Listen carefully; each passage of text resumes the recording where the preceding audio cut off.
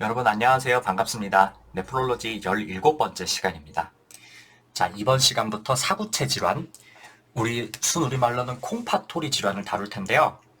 여기가 진짜 어떻게든 여기까지 꾸역꾸역 온 사람들 마지막으로 막 먼지털이 하듯이 네프로를 포기하게 만드는 주범이죠. 저도 정말 여기 있는 질환들 처음 공부할 때도 그랬고 지금도 막 어렵고 헷갈리고 그런 부분인데요. 안타깝게도 이 단어는 절대 포기하시면 안 돼요.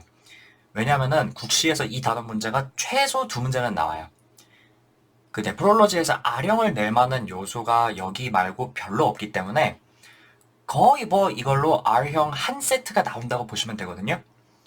그럼 거기 두 개에다가 만약 그냥 오지선다형에서도 하나 더 나오면은 한 문제 그 정도 더 해가지고 적어도 두 문제 세 문제 많으면은 네 문제까지도 나올 수가 있어요. 그래서 이거 날리면은 국시에서 그냥 뭐 일단 엄청 그 깎이고 들어가는 거라고 보시면 돼요.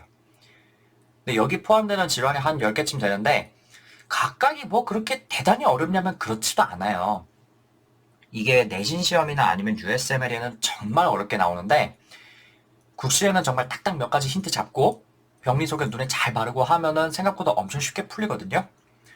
그래서 제가 이거 외우자 라고 말씀드리는 부분들 외우신 다음에 문제 풀어보시면은 자신있게 풀 수 있을 거니까 벌써부터 너무 쫄지 마세요.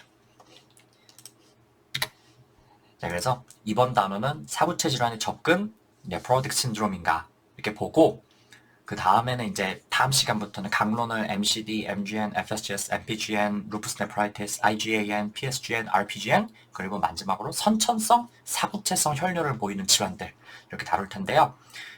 오늘은 사구체 질환이란 무엇인가, 그 다음에 네프로틱 신드롬이란 무엇인가 여기까지만 보도록 할게요. 자, 그러면 사구체 질환 시작하기 전에 사구체란 대체 어떻게 생긴 것이냐 이걸 먼저 봐야겠습니다. 이거 저 별로 안 하고 싶었는데 이 네프로는 이제 히스톨로지랑 이 피지올로지를 결국은 다 하게 되네요. 자, 이런 비슷한 사진들을 제가 저번에 한번 보여드렸던 적이 있을 거예요.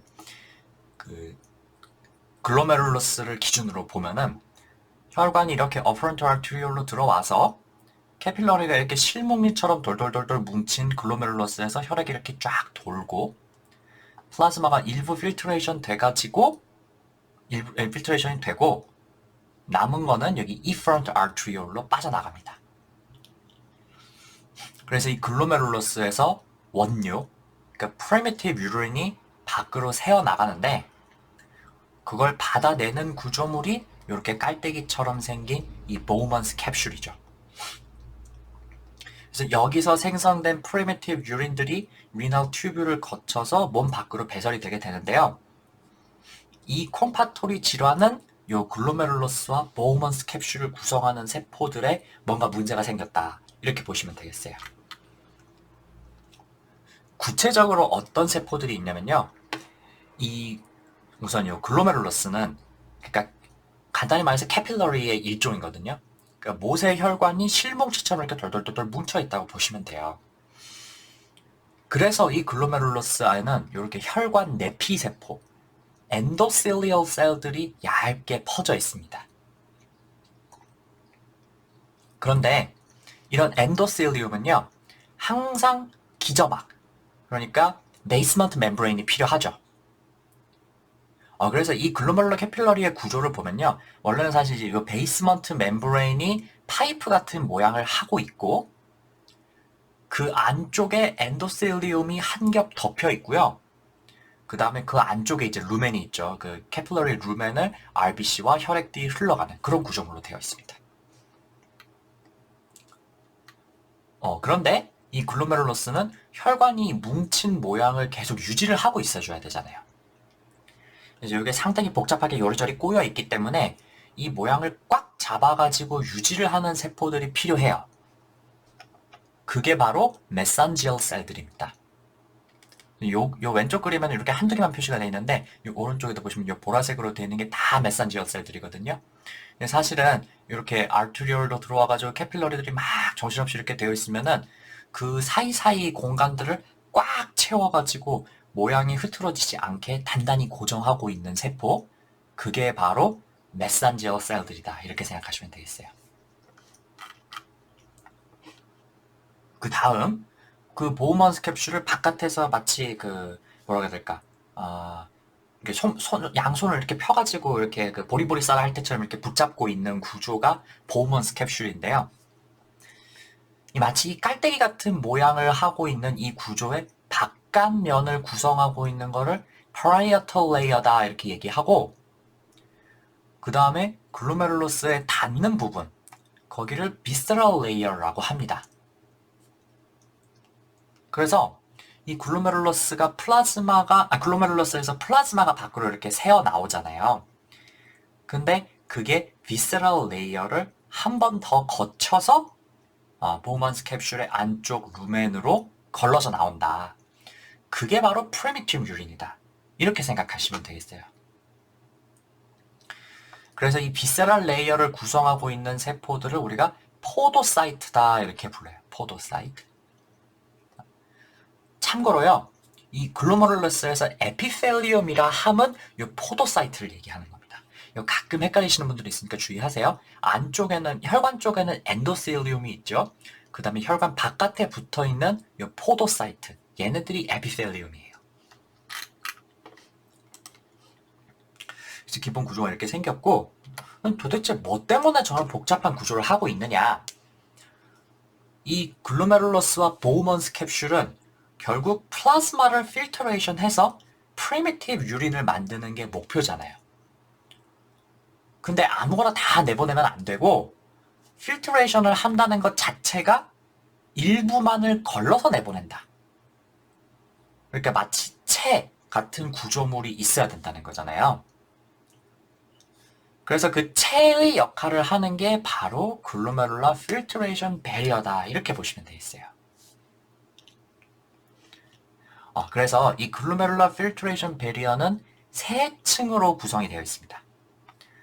첫 번째는 fenestrated capillary endothelium. 이게 무슨 말이냐면은 여기 보세요.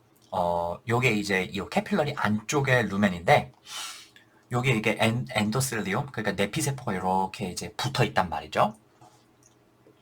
근데 원래 일반적으로요, 요 엔도셀리움은 안쪽에 있는 게 새지 말라고 빈틈없이 꽉꽉꽉 도배를 잘 해놔야 되거든요. 근데 여기서는 그걸 안쪽에 있는 걸 바깥으로 빠져나가지 못하도록 막는 게 목적이 아니고 일부만 빠져나가게. 그러니까 좀 뭐가 좀 새어 나가줘야 된다는 거잖아요. 그래서 엔더셀리움이 여기서 보시다시피 이렇게 구멍이 숭숭숭숭 나 있어요. 네, 그래서 구멍이 뚫려 있다. fenestrated 되어 있다. 이렇게 얘기를 하는 겁니다.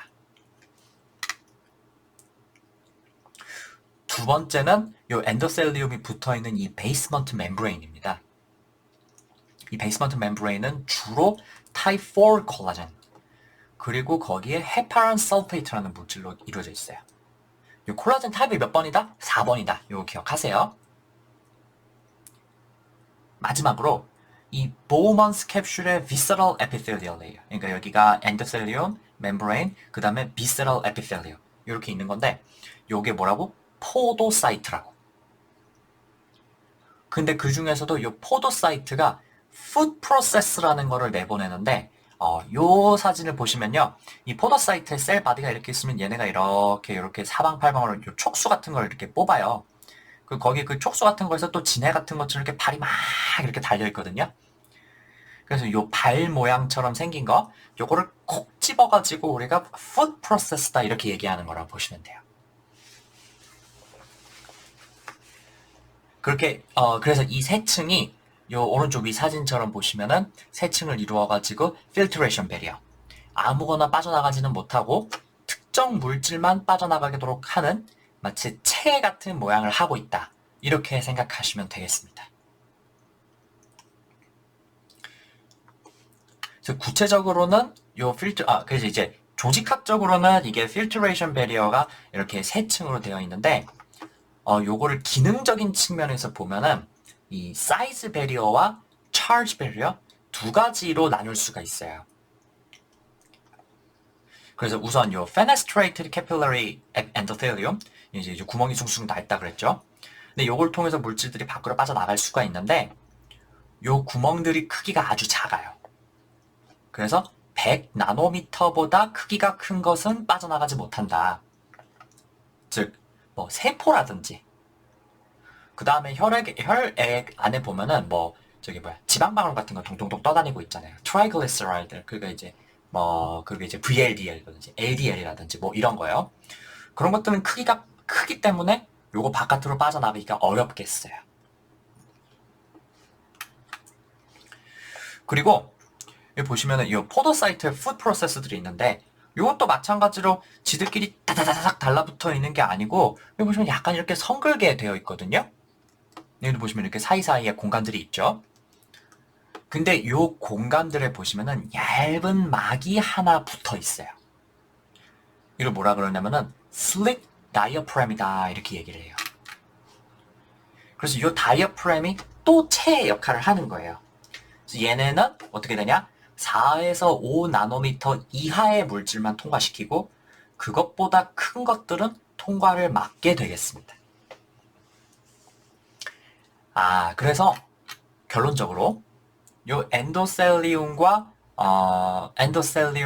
글로메룰러 베이스먼트 멤브레인이 손상되면은 커다란 것들, 예를 들어 RBC 같은 것들이 새어나갈 수 있게 되는 거예요. 요 위에 두 개.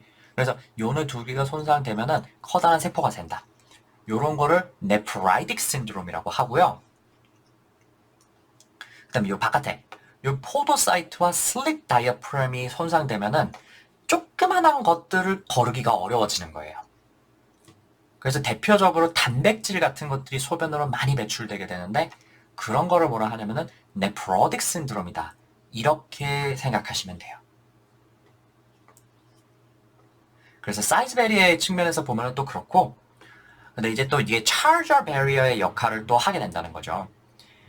차르저 베리어. 그래서 이게 필트레이션 베리어가 전체적으로 네거티브 차지를 띠고 있어요.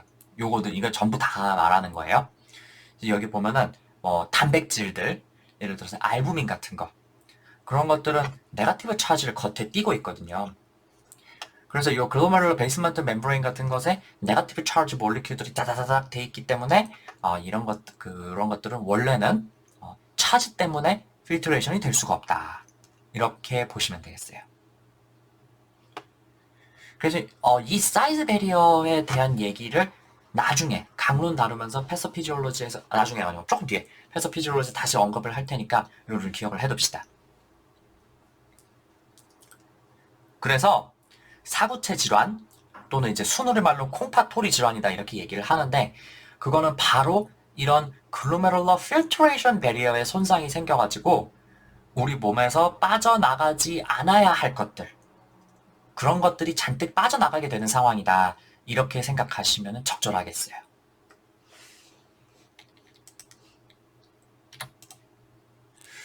그래서 그런 사구체 질환들을 우리가 앞으로 공부를 할 텐데 그래서 그러면 대체 이런 사구체 질환들은 어떻게 접근하면 될까? 그거를 이제부터 말씀을 드릴게요.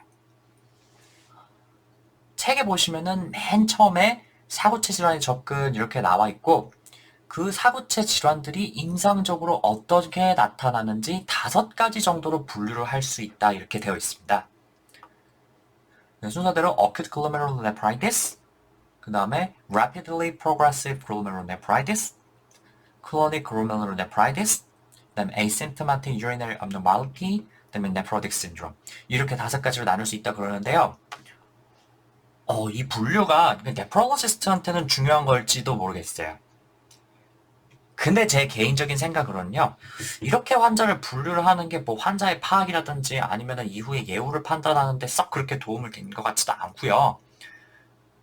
그래서 그런 건지 이게 시험에 개별 질환을 물어보는 거는 많이 나와요. 근데 도대체 이 사람이 요 5개 중에서 어디에 들어가느냐 그런 문제는 제가 한 번도 본 적이 없어요. 그래서 이 사구체 질환의 5가지 임상장면 요거는 무시하시고요. 그냥 바로 다음으로 넘어갈게요.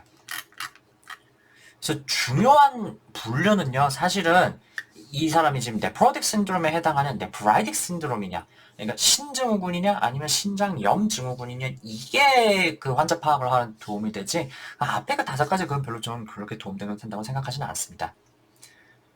그래서 여기 이 네프로틱 신드롬과 네프라이틱 신드롬에 뭐가 들었는지 좀 기억을 해두시면은 다음 시간부터 사구체 질환을 공부하실 때 조금 더 유용해요.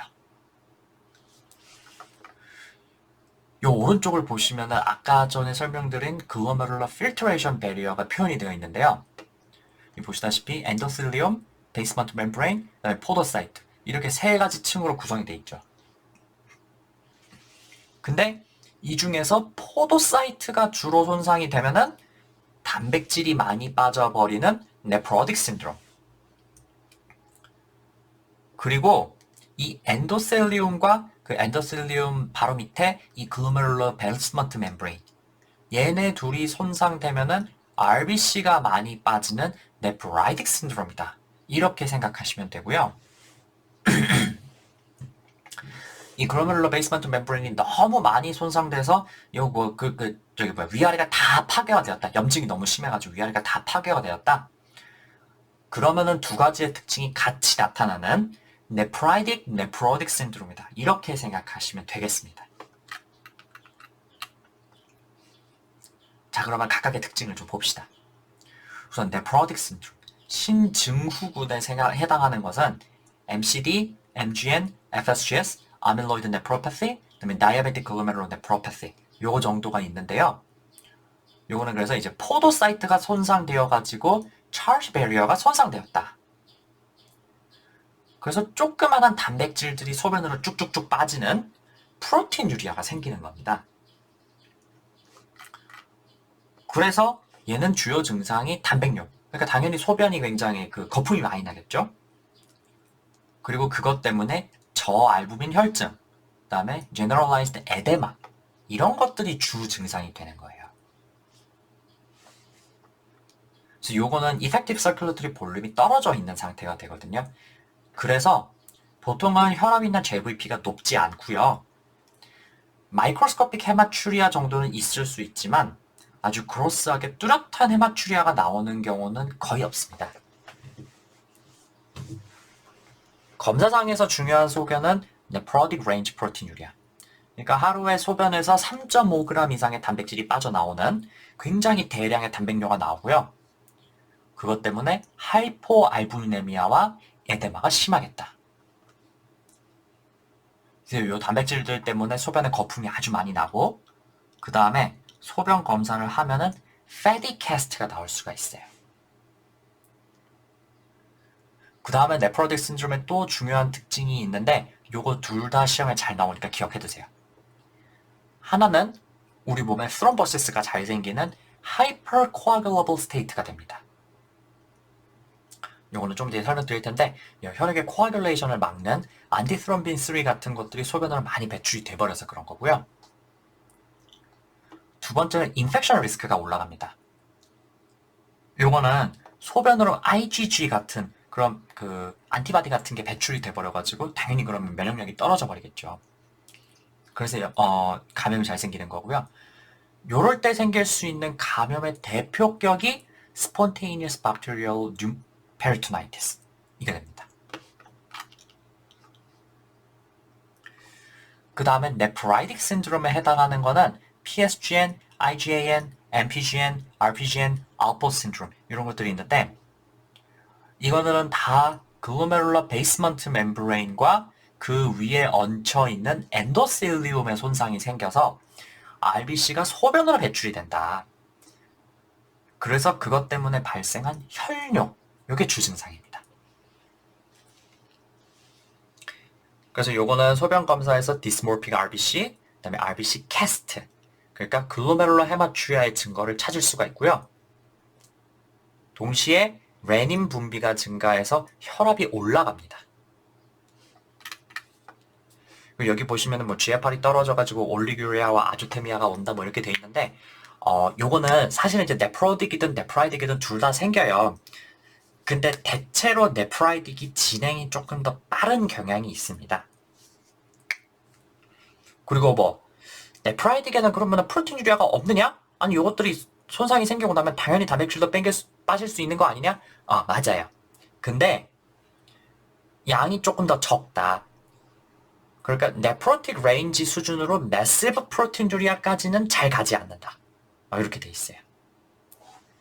그래서 네프로틱 신드롬처럼 역시 하이퍼알부미넴이라든지 에데마라든지 생길 수 있어요. 그렇지만 조금 정도가 약하겠네요. 그런데 이 네프라이틱 신드롬이 너무 심해가지고 이제 그 GBM, 엔도셀리오 포도사이트, 그러니까 염증 때문에 그게 다 파괴가 되는 겁니다. 그러면은 뭐 RBC건 프로틴이건 가리지 않고 그냥 다 빠져나오게 되거든요. 그러면은 네프라이틱 신드롬의 임상 양상을 동시에 보이게 돼요.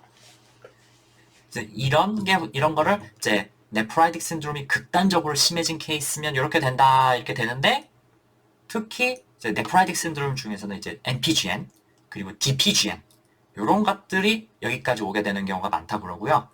이런 거를 네프로틱 신드롬이다 이렇게 부르게 됩니다.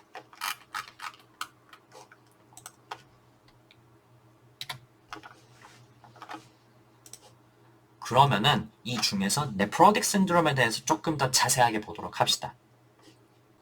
자, 이 오른쪽 위에 그림을 보시면은 조금 전에 설명드린 건데요. 정상적으로는 이렇게 캐필러리 안에 이제 엔도셀리움 있고 글로메룰러 베이스먼트 멤브레인 있고 포도사이트에 풋 프로세스 있고 그 풋 프로세스 사이사이에 얇은 슬릭 다이아프램이 있다. 얘네가 글로메룰러 필트레이션 배리어를 형성하고 있는데, 여기서 이 사진에서 보시다시피 포도사이트에 문제가 생기면은 이 단백질이 빠져나가는 것을 막을 수가 없다. 그래서 단백질, 그 중에서도 알부민이 쭉 빠져버린다. 그래서 심한 프로틴유리아, 알부민유리아를 보이는 게 바로 네프로틱 신드롬입니다. 죄송해요. PPT 만드는데 좀 실수해가지고 하나 빼먹었네요. 그래서 요런 것들이 이제 네프로틱 신드롬의 패서피지올로지인데, 구체적으로 네프로틱 신드롬을 우리가 어떻게 데피니션을 할 수가 있냐면, 임상적으로 부종을 보이는 환자, 그러니까 몸이 굉장히 많이 부어요. 그리고 이제 기타 플루이드 오버로드의 증거가 있고, 그다음에 하루에 3에서 3.5g 이상의 현저한 단백뇨가 있고, 단백질이 많이 빠졌으니까 시럼 알부민이 2.5 이하로 빠지는 하이포 알부미네미아가 있으면서, 마지막으로는 토탈 콜레스테롤이 300 이상 넘거나 또는 패티 애시드가 소변에서 발견되는 그런 하이퍼리피데미아가 있다. 요렇게 네 가지를 만족하면은 네프로틱 신드롬이다 이렇게 정의를 하게 됩니다. 그래서 이 모든 것들이 소변으로 단백질이 줄줄줄 빠져나가니까 그렇게 되는 거다 그렇게 생각하시면 되겠어요.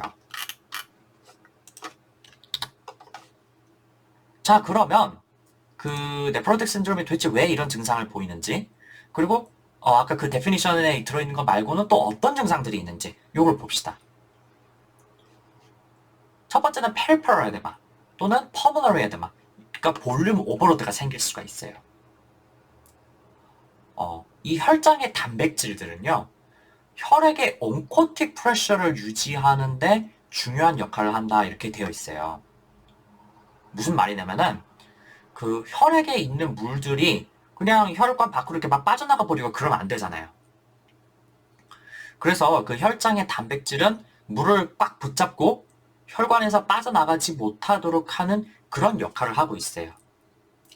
이게 뭐 삼투압이랑 비슷한 개념인데 그걸 우리가 온코틱 프레셔다 이렇게 얘기를 하거든요. 그런데 단백질, 특히 알부민 같은 것들이 그 소변으로 많이 빠져나가 버려가지고 혈중 농도가 떨어지면 어떻게 되겠어요? 요 안에 그 물을 붙잡고 있는 힘을 유지할 수 있을까요? 그걸 유지를 못하죠. 그래서 물이 혈관 밖으로 쭉쭉쭉쭉 빠져나가 버려가지고, 여기는 글로메룰러스인데 보통 같은 경우는 어때? 인터스티셜 플루이드에 고이게 된다는 거죠. 그럼 우리 몸은 어떻게 생각하냐면은 effective circulatory 볼륨이 떨어지게 되겠죠. 혈관 안에 지금 물이 부족한 상태니까. 그래서 우리 몸이 하이포볼레미아 상태라고 착각을 해버리는 겁니다. 그래서 물을 더 끌어오려고 RAAS를 활성화시키고요.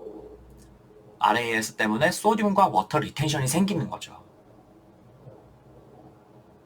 그래서 요 단백질의 소실, 온코틱 프레셔 감소, 플루이드 리크, 이런 것들이 지속이 되니까 소듐과 워터 리텐션도 점점 심해지는 겁니다.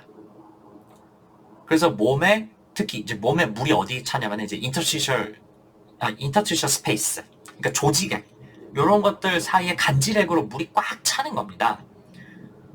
그래서 임상적으로 클리니컬리 하이퍼볼레미아 상태가 되고요. 그게 어떤 식으로 나타나냐면 이제 페리퍼럴 피팅 에데마 또는 퍼머너리 에데마 이런 식으로 나타나게 되는 겁니다. 당연히 프로틴유리아, 알부민유리아 있을 거고 그 다음에 하이포 알부미네미아가 있을 거고요. 거기에 하이퍼리피데미아가 같이 생깁니다. 토탈 콜레스테롤이 300 이상으로 높게 이렇게 나오면 이제 하이퍼리피데미아가 있다 이렇게 얘기를 하는데 이건 왜 그러냐면은 소변으로 알부민이 자꾸 빠지잖아요. 그럼 간에서 알부민 합성을 증가시켜야겠죠. 그런데 이때 지단백, 그러니까 아포라이포프로틴이라고 하죠. 그런 것들도 합성이 같이 증가해버린대요. 그래서 TG, LDL 이런 것들은 올라간다 그러네요. 희한하게 HDL은 왜 떨어지는지 모르겠지만 HDL은 좀 떨어진다 그러고. 그래서 이게 혈액에 조금 더 약간 기름기가 생긴다 이렇게 생각하시면 되고요. 그래서 이게 또 소변으로 나와가지고 소변에 패티 캐스트가 발견된다 이렇게 생각하시면 될 것 같아요. 또 그 다음에 여기까지는 이제 조금 전에 다 말씀드렸던 내용이고, 그 다음에 임상적으로 아주 중요한 게 hypercoagulability입니다. 그러니까 이제 혈액이 잘 굳어서 DVT, pulmonary embolism, renal vein thrombosis 이런 것들이 잘 생기는 거예요. 이건 왜 그러냐면 우리 몸에는 혈액을 굳히는 기전도 있고 그 다음에 그게 필요 이상으로 너무 혈액이 굳어버리면 안 되니까 그 혈액이 굳지 않게, 평상시에는 그냥 혈액이 안 굳고 순환을 잘 시켜야 되는 거잖아요. 그래서 이런 기전들이 같이 있다는 거죠. 그래서 평소에는 요 둘이 균형을 잘 이루고 있어가지고 그냥 순환이 잘 되고 있을 때는 혈액이 전혀 굳으면 안 되고, 그 다음에 뭐 상처가 생겼다든지 해가지고 그 출혈이 생기면은 그때만 딱 혈액 응고가 되도록 이렇게 균형을 잘 잡고 있는데요. 네프로틱 신드롬 때는 이 균형이 스럼보시스 쪽으로 조금 더 쏠린다는 거죠. 그건 왜 그러냐면 혈액이 응고가 안 되게 하는 단백질도 있고 혈액이 응고가 잘 되도록 하는 단백질도 있어요. 그런데 이 혈액의 응고를 막는 단백질들, 안티스롬빈 3 이런 것, 이게 가장 대표적인데 이 단백질이 그렇게 크지가 않대요. 그래서 이게 소변으로 배설이 돼버립니다. 그런데 혈액을 응고시키는 단백질들, 대표적으로 팩터 5, 팩터 8, 파이브리노젠 이런 것들은 덩치가 좀 큰 단백질들이라 이게 소변으로 잘 배설이 안 된다 그래요. 그래서 요 안티스롬빈 3 이런 것들은 소변으로 다 빠져버리는데 요 팩터 5 이런 이제 특히 파이브리노젠 이런 것들이 그냥 혈액에 계속 쌓여 있는 상태가 되는 거죠. 근데 거기다가 네프로틱 신드롬에서는 요런 단백질들의 합성이 증가하기까지 한다고 합니다. 그래서 요런 파이브리노젠 같은 것들이 자꾸 증가를 해버리니까 우리 몸이 스럼보시스 쪽으로 더 갈 수밖에 없겠다. 그래서 그런 거를 이제 프로트롬보틱 마일리오라고 이렇게 얘기한다 그래요. 그래서 물론 DVT를 비롯한 비너스 트롬보시스들이 잘 생기는데 특히 어디에 잘 생기냐면 바로 리널 베인에 잘 생긴대요. 이런 게 생기면은 이제 키드니에 혈액이 꽉 막혀가지고 정체가 되니까 키드니가 부어가지고 굉장히 아프겠죠. 갑작스럽게 등거리로 뻗치는 통증이 생기는데 이게 바로 리널 베인 트롬보시스의 전형적인 특징이다 이렇게 얘기를 할 수가 있겠습니다.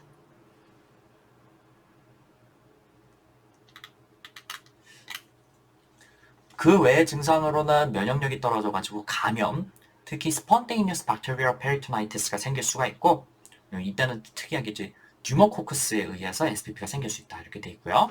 그 다음에 당연히 혈관에 문제 생겨요.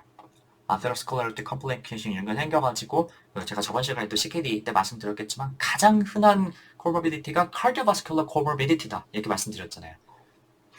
그래서 뭐 MI라든지 스트로크라든지 페리퍼럴 아르테리 디지라든지 이런 것들이 굉장히 잘 생길 수밖에 없고 그 다음에 또 아네미아도 생길 수 있다 그러고 하이포칼세미아도 동반할 수가 있겠습니다.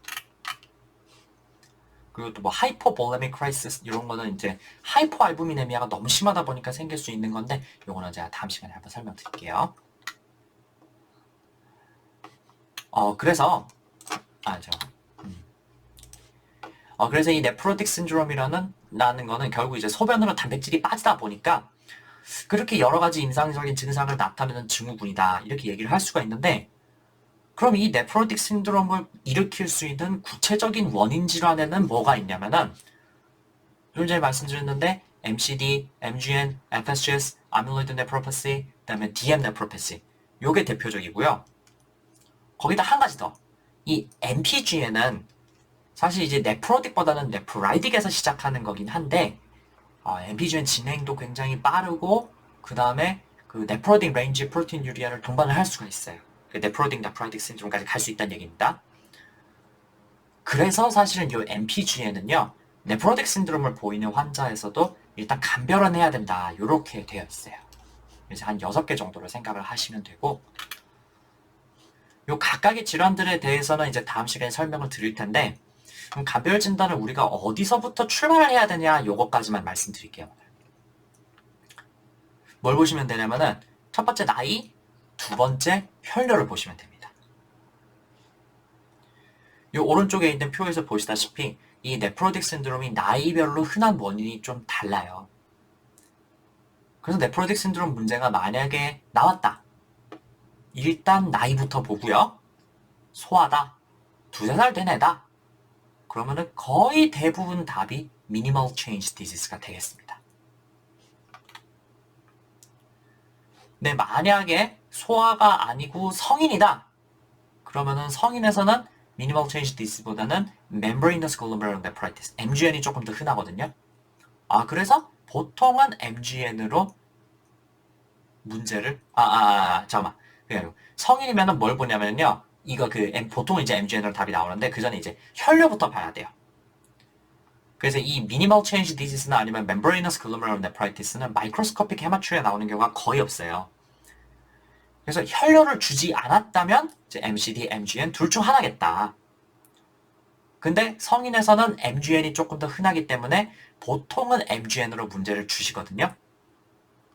그래서 보통은 MGN이 답인데 근데 사실은 빈도만 보면은 성인에서는 MCD가 그렇게 드물지는 않아요. 20% 정도면 여기 40%니까 그럼 3명 걸리면은 셋 중에 하나는 MCD일 수도 있다는 얘기잖아요. 이거 굉장히 흔한 거죠. 그래서 사실은 있잖아요. 이게 이제 원칙이라기보다는 이제 다이그노스틱 플로우 차트 자체가 소아일 때는 일단 MCD부터 일단 의심하고 보자. 이거고 성인에서는 혈뇨가 없다면은 MGN을 훨씬 의심해라. 이렇게 돼 있기 때문에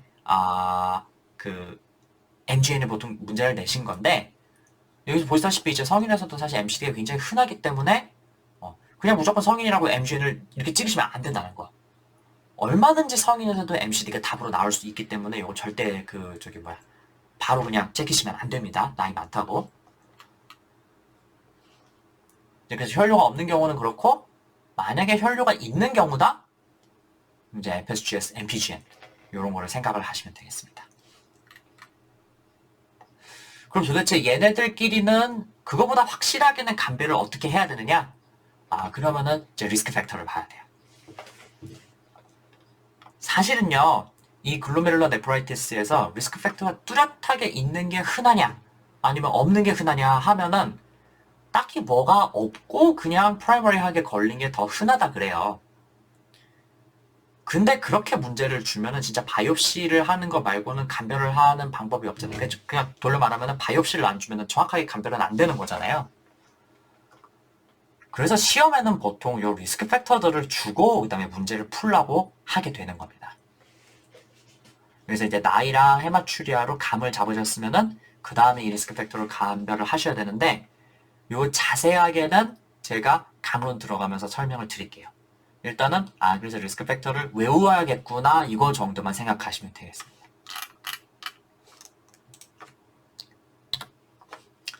그럼 오늘은 마지막으로 이 네프로틱 신드롬은 일반적으로 어떻게 치료를 하는지 봅시다.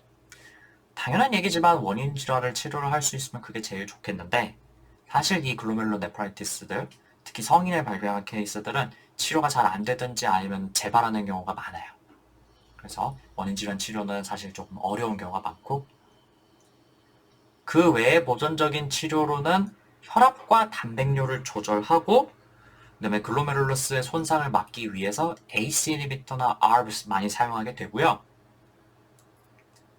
합병증을 조절하기 위해서 염분 제한, 그다음에 물 빼야 되니까 룹 다이레틱스, 콜레스테롤 올라가니까 스타틴, 그다음에 스롬보시스가 만약에 생겨가지고 이제 뭐 DVT 같은 게 생겼던 사람이다. 그러면 항응고 치료도 해줘야겠고, 그다음에 감염이 생기면은 감염에 대해서 치료도 해줘야겠고, 마지막으로 칼슘과 비타민 보충 이런 것들을 해줘야 되는데 이제 제일 중요한 거는 이 ACE 이니비터 ARBs, 그다음에 항응고 치료 스타틴 요 정도가 시험에 나오고 나머지는 그냥 그런갑다 하시면 될 것 같아요. 자, 그럼 오늘 여기까지 하고요. 다음 시간에 사부체 질환 강론 들어가겠습니다. 오늘도 공부하시느라 정말 수고 많으셨습니다. 들어주셔서 감사합니다. 다음 시간에 뵙겠습니다.